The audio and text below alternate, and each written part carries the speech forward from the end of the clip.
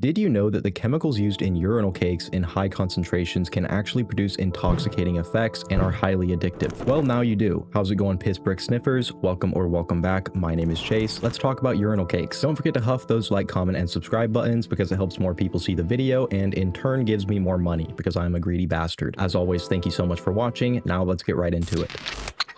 What are you doing?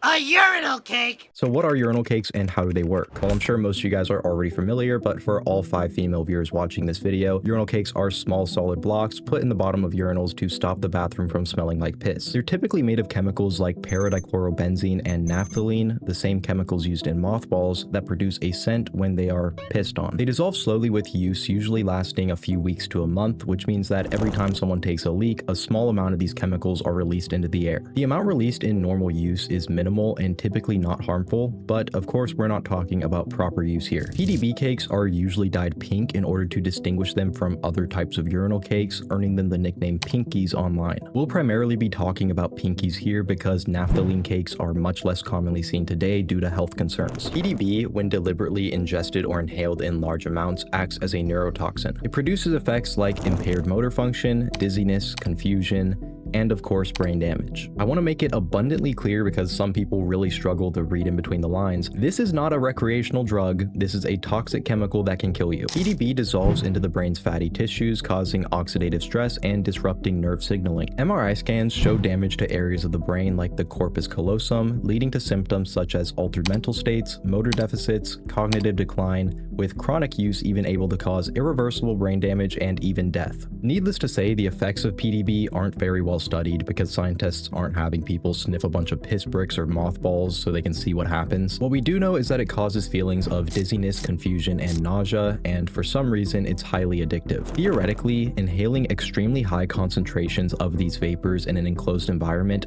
could reduce the oxygen content in the air enough to cause mild oxygen deprivation. This would produce a brief state of euphoria or dissociation, resembling the effects of other inhalants. Like I mentioned though, PDB is not well studied in controlled human experiments, so there's no case reports or evidence to substantiate this. It's purely theoretical. Now, this is by far the most niche thing that I've talked about on this channel, and I wouldn't blame you for thinking that I'm just some idiot falling for a Reddit hoax because it sounds so absurd. But there are real medical articles describing PDB abuse. Paradichlorobenzene toxicity, a case report and systematic review of existing literature. The case report here describes a 32-year-old woman who was hospitalized after she developed severe neurological and physical symptoms, including cognitive decline, a rash, muscle rigidity, and incontinence. That's a fancy medical way of saying that she needed diapers. Tests initially found only iron deficiency anemia, but brain MRI scans showed white matter damage. Eventually, her spouse revealed to the medical staff that she had been ingesting piss bricks for over a year. Subsequent tests revealed elevated PDB levels, and the patient was diagnosed with PDB toxicity. Despite treatment, she developed severe cognitive decline and eventually required tube feeding and long-term nursing care, with no improvements to her condition in 6 months. Another article on PubMed, Toilet Cake Encephalopathy, describes a 19-year-old woman 4 weeks postpartum presented with gradual mental status deterioration, lethargy, and general weakness for 2 weeks. Upon physical examination, she was found to emit a strong odor of deodorizer and had hyperpigmented skin lesions and scratch marks all over her body. They also noted that she had decreased muscle tone, and while she was alert and aware, she was completely unable to communicate or follow instructions. Postpartum depression and psychosis were ruled out after a brain scan showed abnormalities in the corpus callosum. Upon further questioning, family members disclosed that the patient was a habitual toilet cake sniffer for an unknown period of time. Her clinical condition and body odor remained unchanged during her 30-day hospitalization. Now that we're all on the same page here and understand that people actually do this stuff, it's not just a meme, we can talk about Urinalcakelife, an extremely niche subreddit dedicated to discussing, quote, the joys of history's most misunderstood inhalant. The community also notes that we post from a harm reduction perspective, always being honest about the advantages and disadvantages of this life.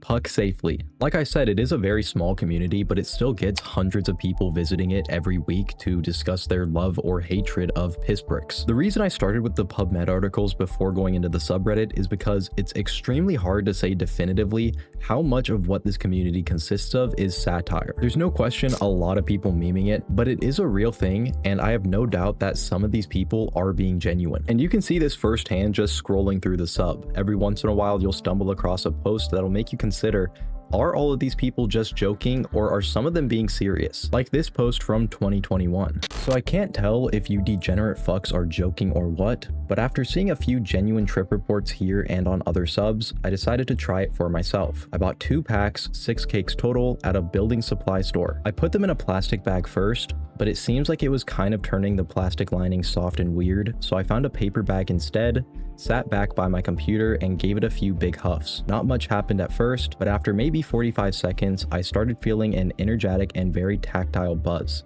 mostly in my arms and in my hairline for some reason. There was nausea, but not overwhelming. Lights and contrast seemed overly exaggerated. After a few more huffs, I get tired and sluggish, but body is still buzzing with erratic energy. I actually feel quite dissociated in a nice way. Concentration and coordination playing Rocket League is impossible. I decided enough for now and put the bag down.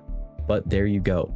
You actually made me try this shit, and it was pretty good in a weird, dirty way. Or the comments under this post where a user asks, what are the effects actually like, and receives various responses. One user writes, honestly, it varies from brand to brand and person to person, but it's very similar to other inhalants. From my personal experience, when you start building a buzz, there's a warm, fuzzy feeling in your chest that eventually gets overwhelming, like your body is slowly turning into a mass of TV static. Change in perception I would liken to a low dose of salvia. Has my bed always been wrapped in tinfoil kind of thing. It's really not a spectacular drug, but the fact that nothing else quite scratches the same itch is what makes it addictive, for me personally. That, and how easy it is to get your hands on it. Another user responds, if you haven't huffed pucks before, I wouldn't try.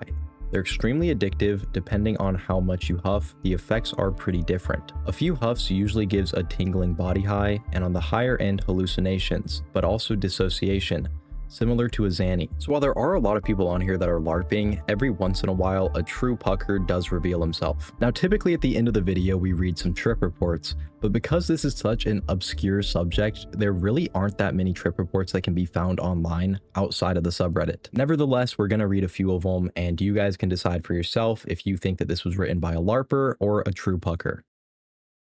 What am I doing with my life? Holy shit.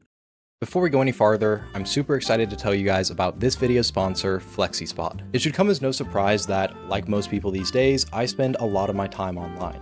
Probably more than I should. And as someone who tries to be health conscious, I know that sitting at my desk for over 10 hours a day sometimes is not the best thing I could be doing for my body. FlexiSpot was kind enough to reach out to me and send me over one of their E7 Pro standing desks, and it is by far one of the best upgrades that I've made to my setup. It's fully motorized, so you can go from sitting to standing with just the press of a button, and they somehow managed to make it extremely well built while still being easy to put together, and yet it still only took me an hour to assemble. I've already noticed benefits to my posture and just overall how I feel after a long day spent sitting at my desk, but by far my favorite part is not having to choose between work and physical activity. I try to get 10,000 steps in every day, which meant that I would often have to take breaks from whatever I was working on in order to go for a walk, but thanks to FlexiSpot, I no longer have to. Now, I can just put my walking pad under my desk, adjust the height, and get my cardio done while I finish whatever I'm working on. Plus, FlexiSpot comes with built-in cable management and is fully customizable, so whatever color, size, or accessories you need, you can find exactly what you're looking for.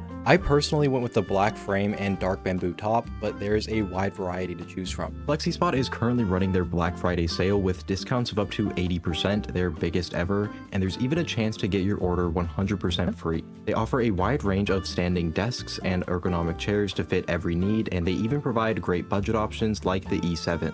So what are you waiting for? Make sure to check out FlexiSpot and leave a note at checkout letting them know that I sent you. And make sure to use code YTE730 at checkout to save an extra $30 and help support the channel. Don't forget to pick up your own E7 Pro standing desk. Thank you so much to FlexiSpot for sponsoring this video, and now let's get back to it. Just lost my job because of pinkies. Ever since I quit other hard drugs, I've been looking for something to fill the gap, and a few months ago, I landed on PDCB. I never use used/slash pre-soaked cakes, but I keep a steady supply of fresh ones at basically all times, although my use is sporadic. I was having a really hard day at work, so I decided I needed to unwind and brought a paper bag, a cake, and then went to the bathroom stall. Important. It's a public bathroom, not one of those single room ones that lock. So I crushed up the pinky in the bag and took a few deep huffs. Immediately I started buzzing and all my stress and frustration fade. The euphoria is growing and growing, and then for a few moments I realize I've overdone it and am way too high. Then everything blacked out. I came to about an hour later on the floor of the bathroom stall with my pants down and my boss standing over me. It turns out I collapsed on the ground from the pinky, and the thud alerted the other people at my office. My boss found me unconscious, barely breathing with pink dust all over my face and mouth. He called the police, but thankfully I bolted out of the office before the ambulance came because I was not about to deal with the hospital bills. It goes without saying that I don't have a job anymore, unfortunately. I really need to find a new one though, because I've been huffing a lot more pinkies to cope with the stress, and the expense is adding up. Why can't I stop? I'm losing everything. I've managed to try nearly every drug out there, from alcohol to crack, and put them down when things got too crazy. But I can't stop using PDCB regardless of how bad things get. A friend of mine told me about it and I thought he was joking. We were drunk and he convinced me to try it, and I did just to play along because I deadass thought it was a joke. Well, it worked and I fucking loved it. It was like all the euphoria of cocaine with the trippiness of salvia and only lasted a couple minutes. I kept doing it and found myself obsessed. My fiance walked in on me and it was a super awkward conversation, but she was understanding and I managed to quit for a couple days before I found myself digging a puck out of the urinal at Circle K and passing out in the bathroom. I woke up to firefighters tearing the door off the wall, and I had to call my fiance from the hospital and explain what happened. Well, she broke up with me, and the shame made me stop for a few days until the same thing happened at the library. But instead of firefighters, I woke up to a security guard giving me Narcan and kicking me out. I just called the bathroom supply company and ordered several boxes of pucks wholesale. They'll be here any day, and I'm terrified of what's about to happen. This post is a cry for help. I'm too embarrassed to go to rehab, and my family and fiance aren't talking to me. I need help, but don't know where to start. The dark side of pucking. My story begins like probably 99% of the people on this sub. I stumbled upon this community one day and thought it was funny that people were going to great lengths just for some weird inside joke, chuckled and moved on. But then I started seeing the accounts of addiction, peer-reviewed studies on the abuse of this drug, and it started to click. This shit is no joke. Still, I was never going to try it. Even if there was some intoxicating effect from these cakes, how good could it really be? Well, this question was my downfall. Every time I'd enter a public bathroom, I'd see those pucks sitting there with their intoxicating aura. Though thinking back, that could have just been the smell of stale piss, and my mind would be set alight with curiosity. I knew it was only a matter of time. I've been addicted to substances before, so I had to be cautious. I ordered only a 10-pack at first, and they sat in my cupboard for months before the urge became totally overwhelming. I had an almost magnetic attraction to them. One day I said fuck it and took a big inhale. The sweet fragrance hit me instantly and reverberated throughout my body. My muscles all instantly relaxed as if I was on some sort of opioid, and I was filled with a feeling of absolute contentness. I don't want to bang on about this high because you all already know, but let's just say from that moment I had a sense of foreboding, as I knew I wouldn't be able to put the pucks down. Pucking isn't an easy thing to hide, but I had to try. I understood that I had to keep this addiction to myself, away from my spouse and everyone else, as PDCB users are among the most marginalized drug users out there. There's no empathy for us guys. In fact, some people still think it's a joke. How I envy them. Anyhow, I devised a system where I'd take 2 very long showers daily, which would involve me writhing around on the floor in ecstasy for 45 plus minutes, puck after puck. Long story short, I got caught. My spouse burst in one day when I thought she was out, so I had failed to lock the door. The look in her eyes said it all. I tried to say it was some sort of fetish thing because that somehow made it look less pathetic in my eyes, but it was no use. She had looked on my phone and seen that I had been actively ordering and researching this shit for months. This was 1 week ago, and I'm trying to figure out my next steps. I don't think there's any excuse that I can use that will make it make sense, but I did really love her, and it's all fucked because of some stupid mistakes. Furthermore, I'm trying to join recovery communities, but none of them will accept me. I got into one saying that I was addicted to inhalants, but when I admitted my drug of choice, I was ostracized and laughed at. People are so prejudiced to this shit, it's insane. Anyway, I thought I'd share that this pucking shit is not all fun and games. Shit will get out of hand fast. I'm not saying to quit, but just make sure you use in moderation. Peace. 4 months clean off the cakes. It's still a battle every day. So 4 months ago today was my last dance with the pink pancakes. I'd been using daily for a while, but overdosed a few times and quit for a month, but was back at it, using for a few days a week, then quitting, then relapsing in a few days, then quitting again. Finally, it got bad enough I quit for good. 4 months ago today, I overdosed in a Walmart bathroom and was found by a teenage cashier half dead with my head in the urinal, halfway drowning in piss with a cake in my mouth, and my neck bent at a horribly painful angle. I had to be transported to the hospital where the doctor, who had treated me for at least 3 previous overdoses, finally lost his cool and yelled at me. He showed me an x-ray of where I had a fractured vertebrae when I overdosed due to the angle at which I passed out. He told me it's best that I call a lawyer to write a will and get my affairs in order, because I won't last another month if I don't quit. I checked myself into rehab where I pretended to be a heroin addict because I just didn't have the balls to admit that I was addicted to sniffing fucking urinal cakes. In the past, I'd been addicted to heroin, alcohol, benzos, coke, amphetamines, and those were nowhere near as hard to quit as cakes. I went through the first few weeks half-assing my treatment because I didn't feel like I could be honest. Finally, I ended up confiding in my counselor and told her what I was really there for. She didn't believe me, so I showed her this sub and her jaw dropped. I broke down crying with shame and self-hate. The reality of my situation hit me and I truly wanted to end my life. From that moment on, I used that pain as motivation.